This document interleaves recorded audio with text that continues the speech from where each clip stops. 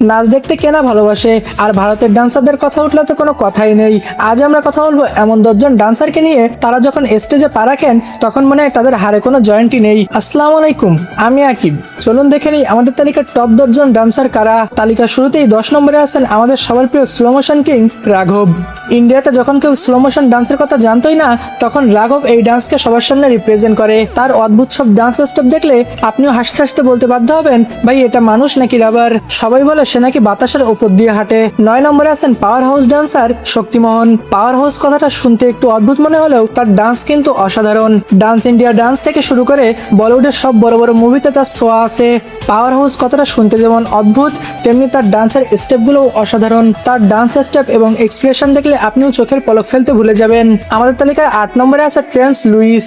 ডান্সারদের নিয়ে কথা হচ্ছে আর তার নাম আসবে না তা কি করে হয়। তার ডান্স স্টেপগুলো দেখলে মনে হবে কোনো কবিতা চোখের সামনে ভাসছে। তিনি নাচেন যেমন নিখুঁত, বিচারক হিসেবে নম্বরও কাটেন তেমন করা ভাবে। 7 নম্বরে আছে ধর্মেশ ইয়েলান্দে। রিয়েলিটি শোর মঞ্চ থেকে উঠে আসা এই ডান্সারের হিপ হপ আর পপিং শুনলে আজও গায়ের লোম খাড়া হয়ে যায়। সাধারণ একটা ছেলে তার ট্যালেন্ট দিয়ে আজ গোটা ইন্ডিয়া সুপারস্টার হয়ে উঠেছে।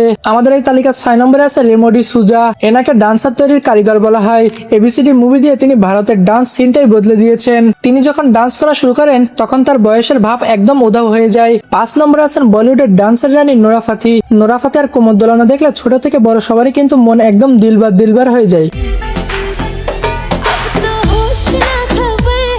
সে কিন্তু বলিউডের বেশ কিছু মুভিতে তার নাম লিখিয়েছে। 4 নম্বরে আছে টাইগার শ্রফ। ডান্সের কথা হবে আর তার নাম আসবে না তা কি করে হয়। আপনারা খেয়াল করলে দেখতে পাবেন তার ডান্সের মধ্যে একটু কুম্পু কারাটি ভাব আছে।